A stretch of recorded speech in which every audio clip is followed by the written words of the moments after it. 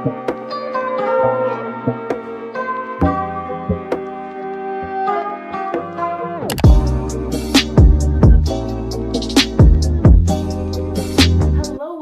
wondering why I gathered you here today in the middle of my room now in 2019. So I know it's been a long time since I last uploaded a video. It's just been a very crazy last couple of months for me. Surprise, I gave birth to 14 beautiful little solecitos that very much consumed my time, but I was very much happy to dedicate it to them. They've given me so much light and happiness in the midst of all the things that I've been going through these past months. But yeah, I'm a mother of 14. How crazy is that? So yeah, you're probably wondering like, girl, we didn't even notice you were gone, like we don't care, like, and that's fine, you know, like by all means. But yeah, I've just been spending a lot of this time focusing on that and then on myself, on my own things, my health, things like that. But also like looking into YouTube and like how to do YouTube. I mean, YouTube doesn't come with like instruction manuals or anything like that, but I've been finding ways to get better at it, to be more consistent, planning it out. I also had a new intro. I hope you all enjoyed that. It's just a little something that I came up with, kind of like a trademark for my videos, and I'm really excited to go ahead and progress from there. So today's video is going to be about music. So it's one of my favorite things in this whole wide world. Music is a force that motivates, that just keeps you going. It can uplift you, it can change your mood in an instant, it can signify amazing moments in your life. So we are in midst of February already. We're a couple months in to 2019, and I wanted to go ahead and do this video to recap of some of my favorite albums and songs from 2018 that I think everyone should listen to. I'm gonna go ahead and name my top 3 favorite albums of 2018. So in no particular order, by the way, just albums that grew onto me. And I feel like the thing with albums is that some albums are masterpieces from start to finish. They tell you a story. They like unfold and take you with you through the motions of it all. For example, like To Pimp a Butterfly, Kendrick Lamar, that shit, when I heard it from start, I could play that album from start to finish and it changes my mood, it elevates me, whatever, you know? And like albums like that control, they tell tons of stories through it and they take you with it. Some albums just don't do that for me. They just have a couple of great songs on there, and that doesn't mean that it's not that bad of an album. It just doesn't give that same emotion and effect and storytelling vibe. But these albums I feel like are very solid and good in their entirety, and they're very popular albums as well. But for me, mostly I feel like from start to finish they were pretty freaking solid. So first and foremost, I feel like a lot of people don't know that like it's like the album was released last year. So it's the soundtrack to the Black Panther movie. From the beginning to end, I feel like each song contributed something to it. They just had so many features on there. You had like SZA, The Weeknd, 2 Chainz, Khalid, tons, like SOB, RBE, like it had tons of features on there, and I feel like that's just what made it a very well balanced album. And I feel like you can get a little bit of everything. My personal fave off the album is Georgia Smith's I Am. Literally the moment I just heard it, let me go ahead and play a little bit for you if you haven't heard it already. The moment that I started the song, or like when it played on there, I was just like, no. Listen and tell me if you know where the sample is from. If you know, then God bless your soul.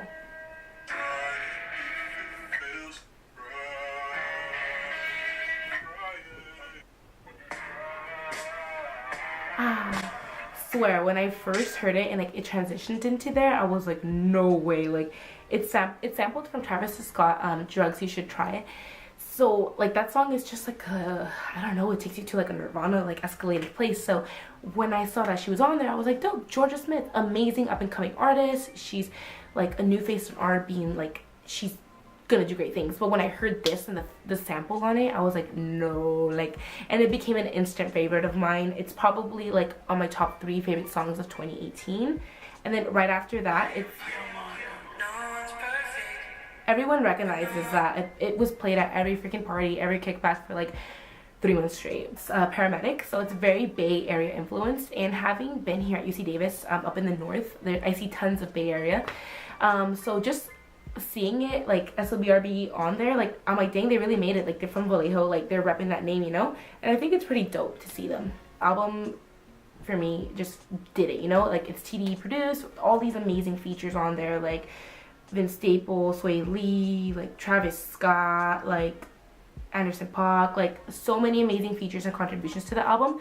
One thing I will say is that when I went to watch the Black Panther movie, I don't know if it was just me because I was sick that day and I was really tired, and we sat in the very, very front row. So you know when you sit at the movies in the front row, it makes your head hurt, whatever, besides the point.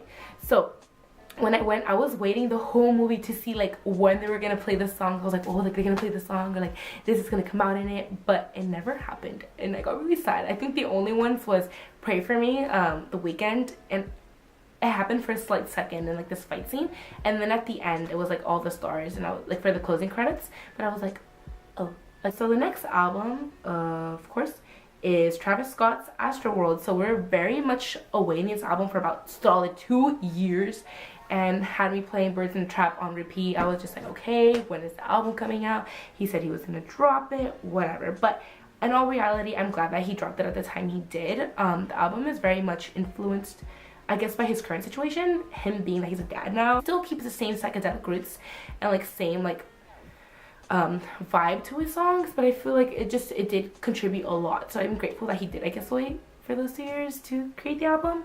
Again, it starts off with Stargazing, so very psychedelic, mellow, chill, opens the vibe, opens the album up. And Travis is notorious for like amazing intro songs to his album, and I feel like he did just that with Stargazing. But yeah, in all reality, the whole album through and through is really great. So I mean, Sicko Mode, everyone cannot get enough of it. Was on the charts for like tons of weeks and months, and like it's broken records. You know that. The video is really cool. The visuals are amazing. Personally, one of my favorites is Can't Say. I remember from, oh, actually went to go see Travis Scott in December when he went to Golden One, and we got floor seats. So his stage production goes freaking crazy. Like, he has like the roller coaster that does the loop, and then he has a roller coaster that coasts through like the general admission area. So like we were there, and like when he did Can't Say, he got on the roller coaster, he invited a fan up there, and they were on that bitch, and he was singing and performing it that way. And I thought it was like one of the coolest things. And like, he's just so energetic when it comes to his shows. Are amazing. If you ever get the chance to see him live, by all means do it. I really like No Bystanders. This is my hype song. That first part, I thought it was Post Malone, but it's Juice WRLD. I'm shook. And I guess it's just a little other part where it goes like bitch or something like that, and it's Sheck West. So I think it's pretty dope how he worked with them and got them on his album as well. Third, we also have Ariana Grande's Sweetener. I know y'all are probably annoyed of her at this point because she just did release another album, Thank You Next. But Sweetener, I feel for me, really did it for pop music. I feel like lately pop music's been falling off a little bit, but Ariana Grande kind of came back and revived that. And I am a big fan of pop music, don't get me wrong, but like, she's just like a literal pop princess. Songs are amazing. Like, just goes through and through, and they do give me that storytelling effect. So there's God Is a Woman, which made notorious headlines everywhere. One song that I love and I could have on repeat is Breathing, like, or Breathin', I don't know how to pronounce it. Every now and then there comes a song that kind of just like, it strikes you and you're just like, holy shit, like, did she write this for me? She knows what I'm going through. But it's just amazing, and it really does like talk about like your self-care and your mental health in terms of like taking it easy and just take a deep breath. And like, some days are gonna be overwhelming, some days are gonna be really hard, and like seeing like how much she struggled like the past year, let alone with like the whole Manchester and like the Mac Miller, like at the end of the day, she's a person and she does go through these things, and like whatever your perception may be of her, like it's just a lot of shit to deal with on top of being a world-selling artist, you know? Another song is Sweetener. It's so sweet and pure, and the ad-libs in this bitch is crazy. I think I saw it on like Tyler the Creator's story or something, and he was listening to it and he was just like going off to it, and I was like, who is this? Like, I didn't really think it sounded like Ariana, but I played it and I was like, holy shit, like she's really going off with like these little ad-libs. I think it's so cute. It reminds me a little bit Playboi Carti and Lil Uzi like ad-libs. So I think it's really dope how she incorporated that. But honestly, like, this is a great album, like through and through, very like sex positive, body positive, like brings up the issues of mental awareness, everything that she's gone through, and the stories that it tells behind each song. I just think it's amazing. So just to go into some of my favorite songs of the year, I have a couple. But first and foremost, I think there should be like honorable mention of albums. So again, Playboi Carti's Dilate was amazing. I feel like that was everything I expected of Cardi and more. Kids See Ghost, that was a great album. I believe it's about 7 songs or so. So Kids See Ghost, Kanye West and Kid Cudi. I also got the opportunities to see them live for the first and only time. I'm sorry. I'm moving forward.